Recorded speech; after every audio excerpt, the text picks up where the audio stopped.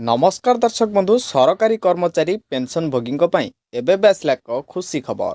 जनवरी मासरे बढ़िबो एते महंगा भत्ता। तेबे कौन रही पूरा खबर जानिबा वीडियो रे। बस ता पूर्वरु आम चैनल रे नुआ थिले सब्सक्राइब करी पाखरे थिबा घंटी चिन्ह को दबाई दियंतु, जा द्वारा एभली नुआ नुआ वीडियो आपण सर्वप्रथमे देखिबाकू पाई परिबे। तेबे चलंतु डेर न करी वीडियोटी को स्टार्ट करिबा। दर्शक बंधु, केंद्र सरकारी कर्मचारी एवं पेंशन भोगी पई आसिला एक खुशी खबर। जनवरी 2026 रु महंगा भत्ता एवं महंगा रिलीफ रे 2% वृद्धि प्राय निश्चित। यह वृद्धि पाउथिबा मुद्रास्फीति मुक्ति प्रदान करिबो बोली आशा करा जाउची।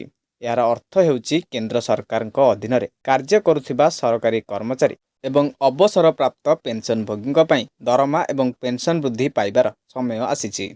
वर्तमान कर्मचारी माने 58% हार रे महंगा भत्ता पांती एवं आगामी 2% वृद्धि सहित यह 60% रे पहुंचीबो। रिपोर्ट अनुसार डीए एवं डीआर रे 2% वृद्धि रिपोर्ट केवल अनुमान नुहे बर श्रम ब्यूरोर दृढ़ सरकारी तथ्य उपर आधारित। डीए गणना पर व्यवहृत अखिल भारतीय उपभोक्ता मूल्य सूचकांक नवेम्बर 2025 रे 0.5 पॉइंट वृद्धि पाई 148.2 पॉइंट रे पहुंची। तेबे दर्शक बंधु, यह संपूर्ण अपडेट जहां आपण माने वीडियो रे जानिबा को पाइले। वीडियोटी भल लगी गोटे लाइक कर दियंतु, आम चैनल नुआ थिले सब्सक्राइब करी पाखरे थिबा घंटी चिन्ह को दबाई दियंतु।